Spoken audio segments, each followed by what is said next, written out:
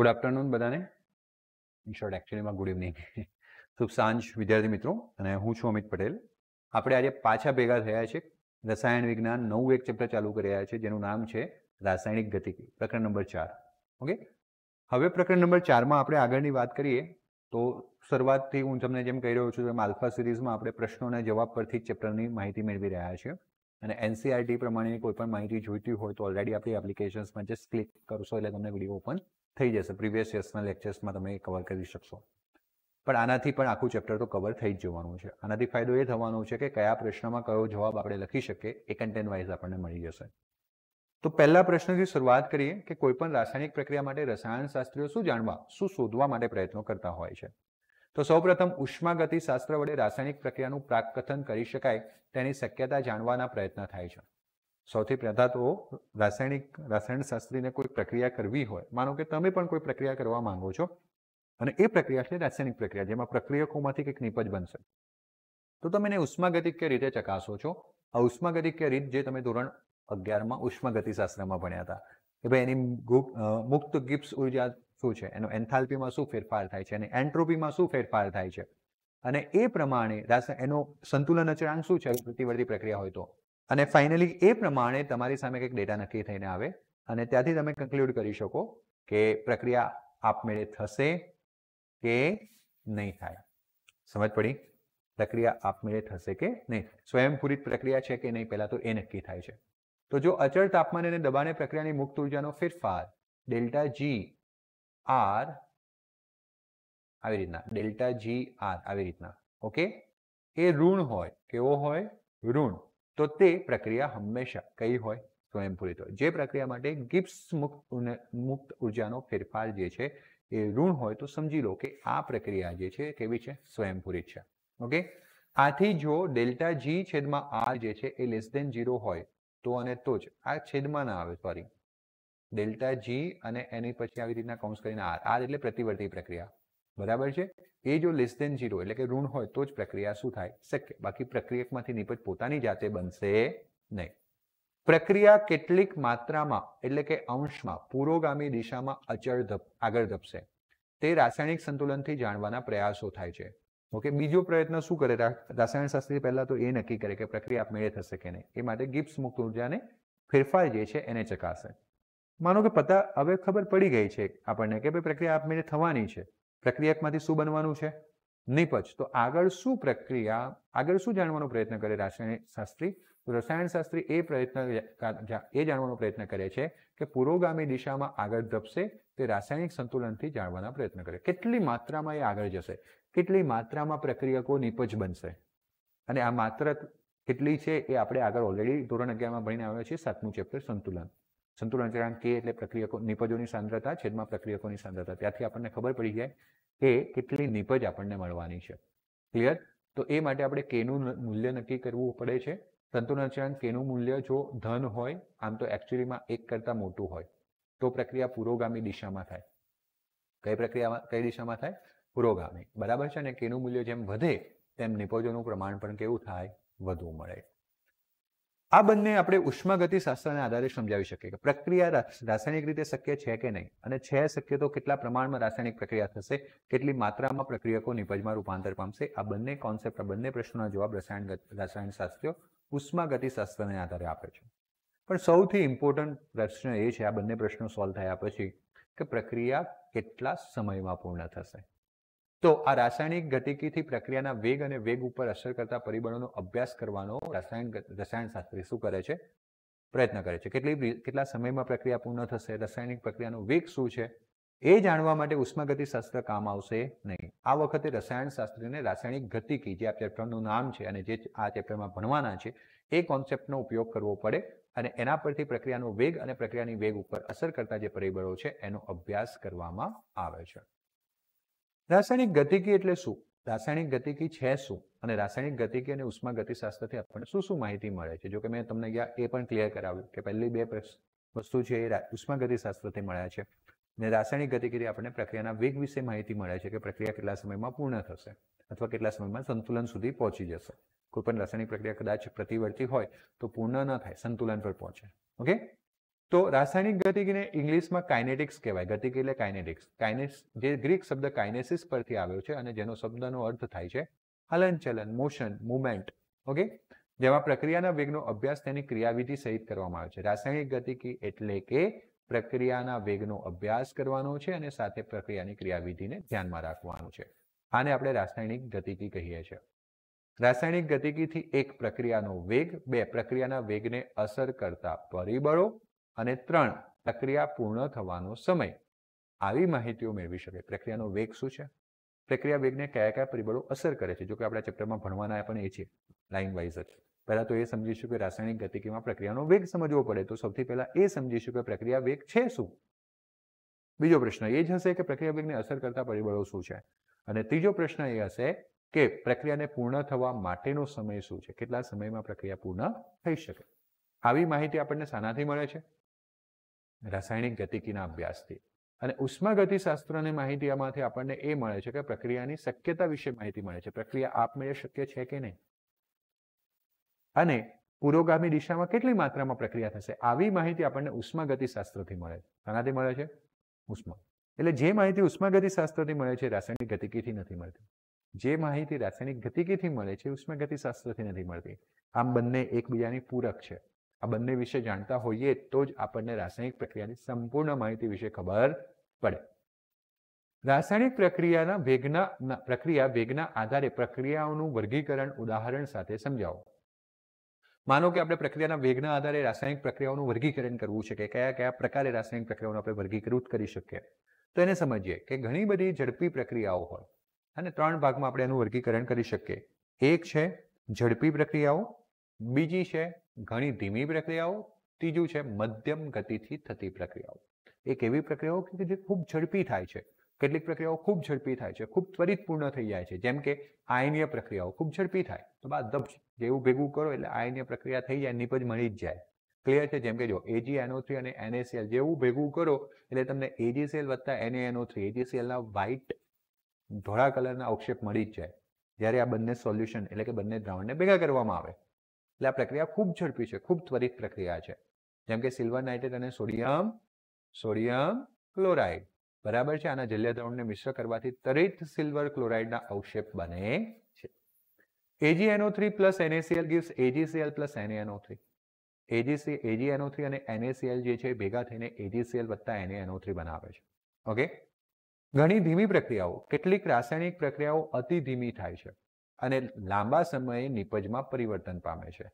તેમણે ધીમી પ્રક્રિયાઓ કહેવાય. અમુક પ્રક્રિયાઓ ખૂબ ધીમી થાય. તમે પ્રક્રિયાઓને ભેગા બી કરી દો ને તો પ્રક્રિયા એટલી ધીમી થાય કે તમને ખબર જ ન પડે કે પ્રક્રિયા થઈ રહી છે કે નથી થઈ રહી. જેમ કે જો હવામાં ઓક્સિજન અને નાઇટ્રોજન વાયુ રહેલા છે, આ બંને વાયુ પ્રક્રિયા કરે છે પણ તમને એવું લાગે છે કે પ્રક્રિયા કરતા જ નથી, કારણ કે કેટલાય લાંબા સમયથી છે. ક્લિયર છે? ખૂબ ધીમી પ્રક્રિયા છે. જેમ કે હવા અને ભેજની હાજરીમાં લોખંડને શું લાગવું? કાટ. જેવી હવા અને ભેજવાળી હવા થાય કે એકદમ કાટ લાગી જતો નથી. આપણે જો કે કાટ વિશે, ક્ષારણ વિશે પાછળના ચેપ્ટરનો છેલ્લો ટોપિક ભણ્યા કાલે.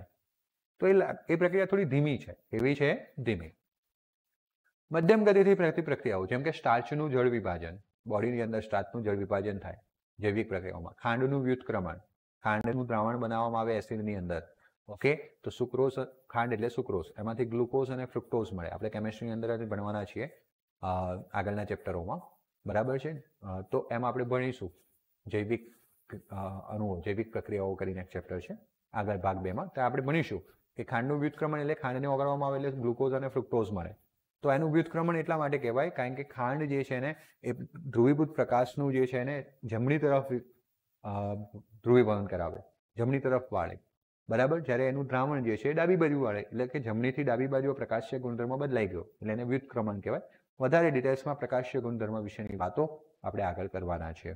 ઓકે, આગળના ચેપ્ટરોમાં. તો મધ્યમ ગતિથી થતી પ્રક્રિયાઓ છે.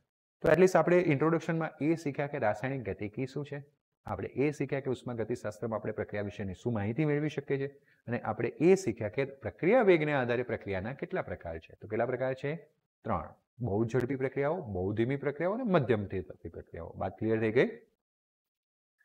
હવે રાસાયણિક ગતિકીમાં આપણે શાનો અભ્યાસ કરીએ છીએ? તો ભાઈ પ્રક્રિયા વેગનો આપણે અભ્યાસ કરીએ છીએ. તો સૌથી પ્રથમ પ્રશ્ન એમ થાય કે આ પ્રક્રિયા વેગ છે શું? નેક્સ્ટ પ્રશ્ન છે કે પ્રક્રિયાનો વેગ એટલે પ્રક્રિયા ઝડપ એટલે શું? સર, તમે એક જગ્યાએથી બીજી જગ્યાએ જાઓ એટલે તમે ગતિમાં છો એમ તેમ કહેવાય, અને એક સ્થાનથી બીજા સ્થાન પર જવા તમે એકમ સમયમાં કેટલું અંતર કાપ્યું એને તમે ઝડપ કહો છો. ભૌતિક વિજ્ઞાન યાદ આવે છે ને? એકમ સમયમાં પદાર્થે કાપેલા અંતરને ઝડપ કહેવાય, પદાર્થે કરેલા સ્થાનાંતરને વેગ કહેવાય. હા કે ના? તો અહીંયા પ્રક્રિયામાં તો ભાઈ એક જ બીકરમાં થવાનું છે, તો સ્થાનાંતર શું અને વેગ શું? તો અહીંયા કઈ રીતના આપણે લઈશું? તો યસ બેટા, કે શરૂઆતમાં તમે પ્રક્રિયકો ભેગા કરો એટલે તમને શું મળે? અને જેમ જેમ નિપજો બનતી જાય તેમ પ્રક્રિયકોની શું બદલાય? સમય સાથે શું બદલાય? અગર ગતિના અભ્યાસમાં સમય સાથે સ્થાન બદલાતું હતું, તો પ્રક્રિયાના અભ્યાસમાં સમય સાથે શું બદલાય? સાંદ્રતા. સરસ, વેરી ગુડ. સાંદ્રતા પ્રક્રિયકોની ઘટતી જાય, નિપજની વધતી જાય. તો સમય સાથે થતો આ જે સાંદ્રતાનો ફેરફાર છે એને જ પ્રક્રિયા વેગ કહેવાય. શું કહેવાય? ક્લિયર થઈ ગયું? ઓકે. તો જો પ્રક્રિયાનો વેગ તે એકમ સમયમાં પ્રક્રિયકોને નિપજોની સાંદ્રતામાં થતો શું છે? વેગ એટલે પ્રક્રિયક કે નિપજની સાંદ્રતામાં થતો ફેરફાર છેદમાં સમયનો ફેરફાર. વધારે ચોકસાઈથી કહીએ તો એકમ સમયમાં કોઈ પણ એક પ્રક્રિયકની સાંદ્રતામાં થતો ઘટાડો કે પ્રક્રિયકની સાંદ્રતામાં ઘટાડાને શું કહેવામાં આવે છે? વેગ કહેવામાં આવે છે. એકમ સમયમાં કોઈ પણ એક પ્રક્રિયકની સાંદ્રતામાં થતા ઘટાડાને અથવા ઘટાડો કહો અથવા વસ્તુ એ જ થઈ, પ્રક્રિયાની સાંદ્રતામાં ઘટાડાનો વેગ કહેવામાં આવે છે. સમજણ પડી ગયું? અહીંયા ઘટાડાને આવશે, પ્રક્રિયકની સાંદ્રતામાં ઘટાડાનું શું કહે છે? વેગ કહે છે. ક્લિયર થઈ ગયું? કે થી શબ્દ બદલાઈ જતો તો ને આવવું જોઈએ. તો હવે સમજો સર, એક જ પ્રક્રિયક કેમ? તો બેટા તમને ખબર છે કે જો માનો કે હાઇડ્રોજન અને નાઇટ્રોજન વાયુ ભેગા થાય તો એમોનિયા બનાવે, NH3, બરાબર ને? એટલે આને 3 વડે ગુણવા પડશે, તો આને મારે 2 વડે ગુણવા પડશે, તો N2 થઈ ગયું, 3 મોલ NH2. તો તમને ખબર છે કે અગર આ 3 મોલ H2 વપરાશે તો આ એક જ મોલ N2 વપરાશે. એટલે બંને પ્રક્રિયકો પર ધ્યાન આપવાની જરૂર નથી. અગર આ 6 મોલ વપરાશે તો આ 2 મોલ વપરાશે, અગર આ 9 મોલ વપરાશે તો આ 3 મોલ વપરાશે. હા કે ના? હા કે ના? એટલે બંને પર ધ્યાન આપવાની જરૂર નથી, કોઈ એક પર ધ્યાન આપવાની જરૂર છે. આના પર આપવાની જરૂર છે, કોઈ એક પર ધ્યાન આપવાની જરૂર છે. વાત ક્લિયર થઈ ગઈ?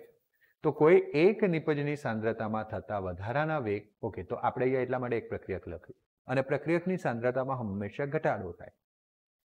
હવે નિપજની વાત કરીએ તો નિપજ શરૂઆતમાં 0 હોય, ધીમે ધીમે જેમ પ્રક્રિયા થાય તેમ નિપજમાં શું થતું જાય? એટલે કોઈ એક નિપજની સાંદ્રતામાં થતા વધારાના વેગ, એટલે કે એકમ સમયમાં કોઈ પણ એક નિપજની સાંદ્રતામાં થતો જે વધારો છે એને આપણે પ્રક્રિયા વેગ કહીએ છીએ. બરાબર? અહીંયા બી સાચું જ હતું, એ સાચું હતું, પણ અહીંયા પાછળથી ખોટું હતું. જો અહીંયા શું કીધું? એકમ સમયમાં કોઈ પણ એક પ્રક્રિયકની સાંદ્રતામાં થતો ઘટાડો કે પછી પ્રક્રિયકની સાંદ્રતામાં ઘટાડાનો વેગ શું કહેવાય છે? પ્રક્રિયા વેગ કહે છે. સમજ પડી ગઈ? એવું આવે. ઓકે, તો આપણે એની વ્યાખ્યા ભણી લીધી. હજુ આપણે આને ગાણિતિક સ્વરૂપમાં લઈ જવાનો પ્રયત્ન કરીએ. માનો કે કોઈ પ્રક્રિયા છે, કાલ્પનિક પ્રક્રિયા, તમે જેમાં વિચારેલી છે કે આ પ્રક્રિયક R માંથી નિપજ P બને છે. પ્રક્રિયક એટલે રિએક્ટન્સ, પ્રોડક્ટ એટલે નિપજ. R માંથી P બને છે. આના માટે આપણે સરેરાશ પ્રક્રિયા વેગ વિશે નોંધ લખીએ. તો ધારો કે અચળ કદની એક પ્રણાલી જેમાં 1 મોલ પ્રક્રિયકમાંથી 1 મોલ નિપજ બને છે. આગળ આપણે કશું જ નથી લખ્યું, મતલબ કેટલા મોલ છે? 1. કેટલા મોલ છે? 1 મોલ. ઓકે, મેં 0 કશું નથી લખ્યું એ બતાવવા માટે રાઉન્ડ કરી દીધું કે આગળ કંઈ નથી એટલે કેટલા મોલ હોય? 1 મોલ. તો T1 સમયે R પ્રક્રિયકની સાંદ્રતા કેટલી છે? R1. સાંદ્રતાને દર્શાવવા માટે આપણે ચોરસ કૌંસ વાપરીએ છીએ, તમને ખબર હશે જ. પ્રક્રિયક R છે એટલે R ની સાંદ્રતા T1 સમયે R1. T2 સમયે R ની સાંદ્રતા કેટલી થશે? R2. હવે માનો કે T1 સમયથી આપણે T2 સમય પર પહોંચી ગયા, તો સમયમાં થતો ફેરફાર ડેલ્ટા T કેટલો થઈ જાય? T2 માઇનસ T1 થઈ જાય. તો આ એ સમય દરમિયાન, આટલા સમય દરમિયાન સાંદ્રતામાં થતો ફેરફાર કેટલો થઈ જાય? તો R1 માંથી R2 થાય, એટલે R2 માઇનસ R1. વાત ક્લિયર થઈ? અને આ તફાવત હંમેશા ઋણ હશે. કેમ ઋણ હશે? સાંદ્રતામાં શું થયો? ઘટાડો. એટલે આ નાનું છે અને આ મોટું છે. નાનામાંથી મોટું બાદ કરો એટલે જવાબ શું થાય? ઋણ થઈ જાય. માટે પ્રક્રિયકની સાંદ્રતામાં ઘટાડો થવાનો જે વેગ છે એના બરાબર માઇનસ ડેલ્ટા R છેદમાં ડેલ્ટા T. સાંદ્રતામાં થતો ફેરફાર છેદમાં ડેલ્ટા T. આગળ માઇનસ. બરાબર? અને આમ આરની સાંદ્રતામાં થતો ઘટાડો છેદમાં લીધેલો સમય આગળ શું રહેશે? માઇનસ. કેમ માઇનસ લેવું પડ્યું? આ ઋણ આવવાનું ને, તો ઋણને શું બનાવવા માટે? પ્લસ બનાવવા માટે. ક્લિયર? એ જ વખતે આપણે નિપજથી વાત કરીએ તો માનો કે T1 સમયે નિપજ Pની સાંદ્રતા કેટલી છે અને T2 સમયે નિપજની સાંદ્રતા કેટલી છે? P2. તો સાંદ્રતામાં આ સમયમાં થતો ફેરફાર T2 માઇનસ શું આવશે? T1 આવશે. T2 માઇનસ શું આવશે? T1. ઓકે. અને સાંદ્રતામાં થયેલો જે ફેરફાર છે ડેલ્ટા P એ P2 માઇનસ શું થઈ જશે? આમ નિપજ Pના ઓકે સાચું છે આમ તો નિપજ Pના દ્રશ્ય એટલા માટે કીધું છે કે શરૂઆતમાં કોઈ નિપજ નહોતી. શરૂઆતમાં કોઈ નિપજ નહોતી. પછી ધીમે ધીમે નિપજ શું થતી જાય છે? બનતી જાય છે. નિપજ બનતી જાય છે એટલે નિપજ દ્રશ્ય થતી જાય છે. તો આમ નિપજના બનવાનો અથવા ઉત્પન્ન થવાનો જે વેગ છે એ Pની સાંદ્રતામાં થયેલો વધારો છેદમાં શું આવે? આ તો ઓલરેડી ધન આવશે કારણ કે શરૂઆતમાં નિપજની સાંદ્રતા ઓછી હોય, જેમ સમય વધે તેમ નિપજની સાંદ્રતા શું થાય? વધારો થાય. એટલે મોટામાંથી નાનું બાદ કરીએ ઓલરેડી જવાબ ધન હોય. ધન હોય એટલે આપણે આગળ શું મૂકીએ છીએ? પ્લસ. જો કે પ્લસ ના મૂકીએ તો પણ ચાલે. 1 અને 2 ને સરખાવીએ તો તમને સરેરાશ વેગ બંને સરખા મળી ગયા. નિપજના પ્રક્રિયકના કિસ્સામાં આગળ શું આવે? માઇનસ અને નિપજના કિસ્સામાં આગળ શું આવે? પ્લસ. આખા પ્રક્રિયા સમીકરણમાં કોઈ પણ એક નિપજ અથવા કોઈ પણ એક પ્રક્રિયક પર આપણે ધ્યાન આપવાનું હોય છે.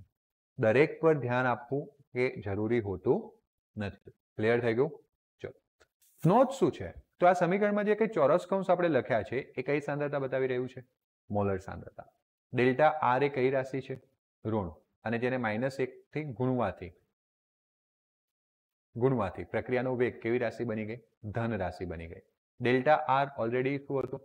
ઋણ. કારણ કે પ્રક્રિયકની સાંદ્રતા શું થતી જાય છે? ઘટતી. ઓલરેડી મેં તમને સમજાવી દીધું. તો નાના સિમ્પલ ક્વેશ્ચન્સ છે. બહુ દિક્કત થાય એવું નથી. આગળ વધ્યા તો પ્રક્રિયાનો વેગ સાંદ્રતા અને તાપમાન પર કઈ રીતના આધાર રાખે છે? તો આપણે પ્રક્રિયાના વેગ વિશે માહિતી મેળવી લીધી. નિપજોની સાંદ્રતામાં થતો વધારો છેદમાં લીધેલ સમય અથવા તો પ્રક્રિયકોની સાંદ્રતામાં થતો ઘટાડો છેદમાં સમય અને ગુણ્યા -1 ધન કરવા માટે. ઓકે. તો આ એકમ સમયમાં થતા ઘટાડા અથવા એકમ સમયમાં થતા વધારાના ધન મૂલ્યને આપણે પ્રક્રિયાનો વેગ કહીએ છીએ. પ્રશ્ન એમ છે કે ચલો આપણે રાસાયણિક પ્રક્રિયાનો વેગ તો સમજી ગયા કે કઈ રીતના શોધાય છે. આ રાસાયણિક પ્રક્રિયાને વેગને અસર કોણ કરે છે? કયા કયા પરિબળો છે જે એના વેગને અસર કરે છે? તો રાસાયણ સરેરાશ વેગનો આધાર તેના તાપમાન, દબાણ અને શાના પર ઉપર હોય છે? ઉદ્દીપકો. તાપમાન બદલાય તો પણ વેગ બદલાય, દબાણ બદલાય તો પણ વેગ બદલાય, ઉદ્દીપક બદલાય તો પણ વેગ બદલાય. પ્રક્રિયકો અને નિપજોની સાંદ્રતાનો ફેરફાર બીજું શાના પર આધાર રાખે છે? પ્રક્રિયકો અને નિપજોની સાંદ્રતાનો ફેરફાર. જો કે અહીંયા 2 નંબર આવવો જોઈએ અને 1 નંબર અહીંયા આવવો જોઈએ. તો 1 નંબરમાં તાપમાન, દબાણ અને ઉદ્દીપકો પર, 2 નંબરમાં પ્રક્રિયકો અને નિપજોની સાંદ્રતાના ફેરફાર પર, 3 નંબર સાંદ્રતામાં ફેરફાર માટે લાગતા સમય પર. આ વેગ આધાર રાખે છે. આ હકીકત આપેલી 2 બાબતોથી સ્પષ્ટ થાય. તમે અહીંયા જોઈ શકો કે કોઈ એક પ્રક્રિયા માટે જે પ્રક્રિયા આપણે વિચારી હતી ને કાલ્પનિક R માંથી P બનવું, એ પ્રક્રિયા માટે R ની સાંદ્રતા વિરુદ્ધ સમયનો આલેખ દોરવામાં આવેલો છે. પ્રક્રિયકની સાંદ્રતા વિરુદ્ધ સમય. તો શરૂઆતમાં જે પ્રક્રિયકોની સાંદ્રતા હતી એ પ્રક્રિયકની સાંદ્રતાને આપણે ચોરસ કૌંસમાં લખતા હતા. શરૂઆતના સમયે છે એટલે આપણે એને શું કહી દીધું? R0. જેમ સમય જશે તેમ આ પ્રક્રિયકની સાંદ્રતામાં શું થશે? ઘટાડો. શું થશે? ઘટાડો. શું થશે? ઘટાડો. દેખાય છે ને? જેમ સમય આગળ વધે છે એમ પ્રક્રિયકની સાંદ્રતામાં ઘટાડો. એટલે એક વસ્તુ યાદ રાખવાનું છે કે પ્રક્રિયકની સાંદ્રતા કદી પણ ઘટીને શૂન્ય નથી થવાની.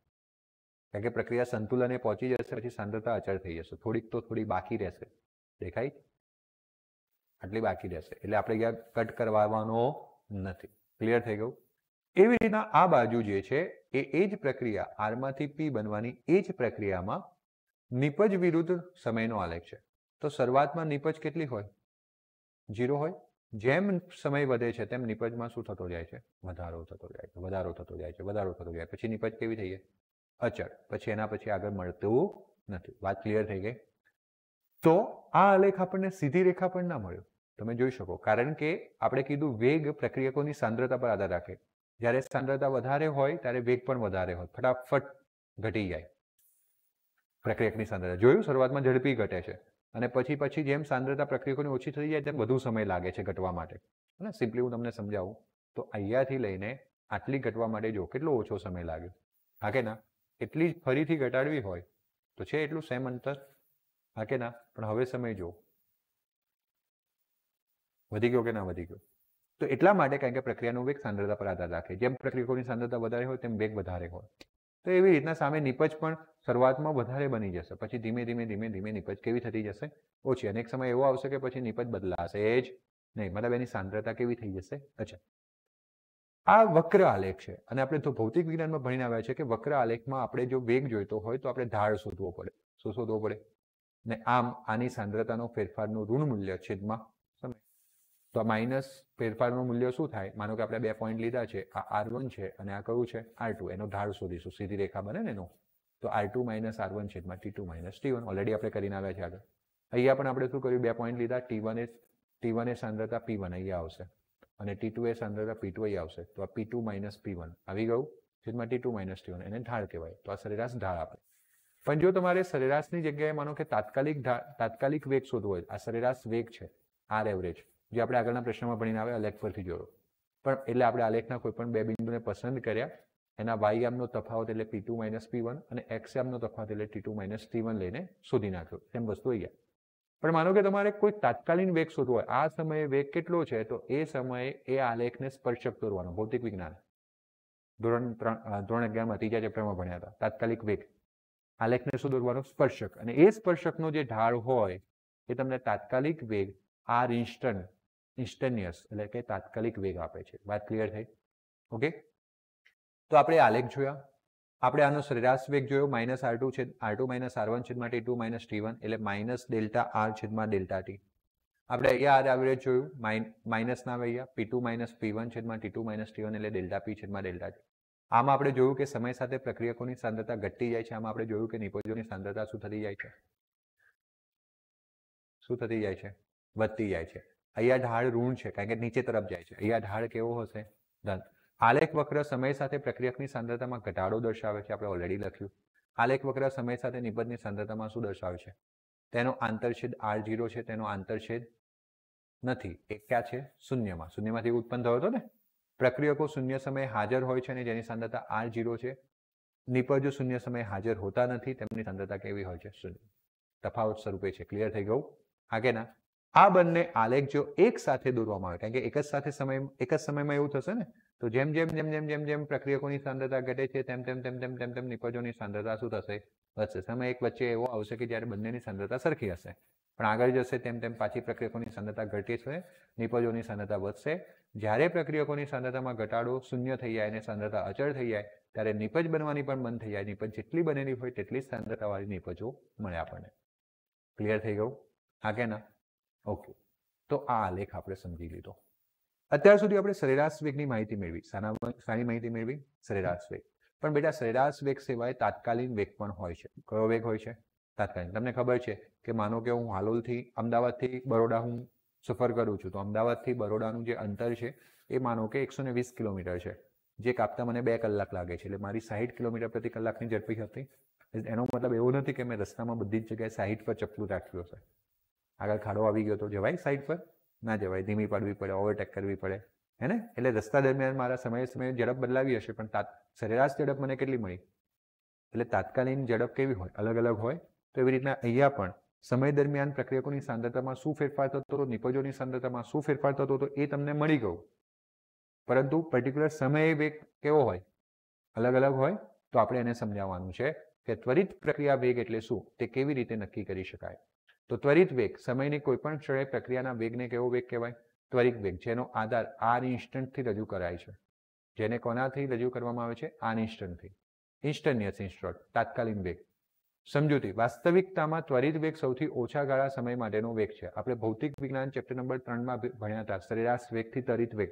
તો આપણે એનો ગાળો નાનો કરતા જતા હતા. ઓકે, યાદ આવે તો ઠીક છે, બાકી યાદ રાખવાનું છે જેમ ગાળો મોટો હોય તેમ સરેરાશ વેગ મળે. જેમ સમય ઓછો કરતા જાઓ, ઓછો કરતા જાઓ, ઓછો કરતા જાઓ, ગાળો નાનો બનાવતા જાઓ તેમ ત્વરિત વેગ મળે. સમયને ઓછા ગાળાને આપણે ગાળા વડે દર્શાવે છે dt. યાદ આવી રહ્યું છે વિકલન dt.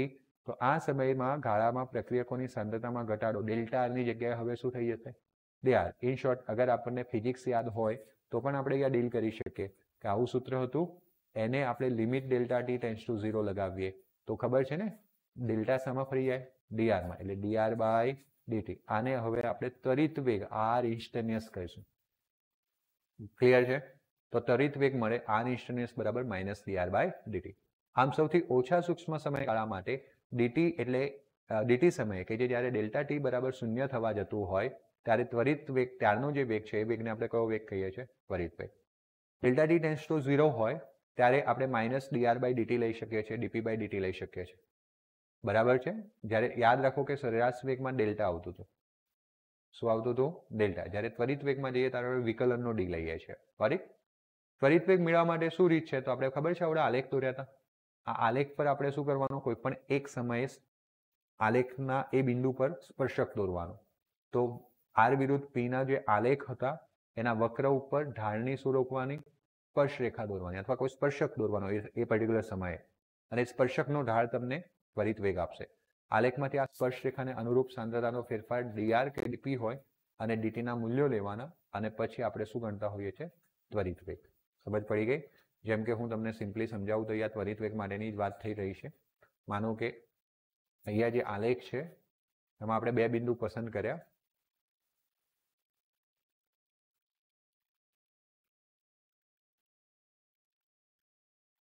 આ બે બિંદુ પસંદ કર્યા. બને ત્યાં સુધી અહીંયા આલેખ આપણને સીધી રેખા લાગે છે. લાગે છે કે નહીં? તો આ બે બિંદુ વચ્ચેનો ઢાળ શોધી નાખ્યો આપણે. સાંદ્રતાનો ફેરફાર છેદમાં સમયનો ફેરફાર. એટલે એ આ બિંદુ પર જેનો આ સ્પર્શક બનવાનો છે એનો કયો વેગ આપશે? ત્વરિત વેગ. સમજ પડી ગઈ? હજુ આ ગાળો નાનો કરીએ તો ત્વરિત વેગ મૂલ્ય ચોકસાઈથી મળતું જાય. તો આટલા સુધી ક્લિયર થઈ ગયું? હા કે ના? તો 7 પ્રશ્નો મેં આજે ક્લિયર કરાવ્યા. હવે જે નેક્સ્ટ છે એ 8મા પ્રશ્નથી આપણે આવતીકાલના લેક્ચરમાંથી આગળ ભણીશું અને આગળ વધીશું. ક્લિયર?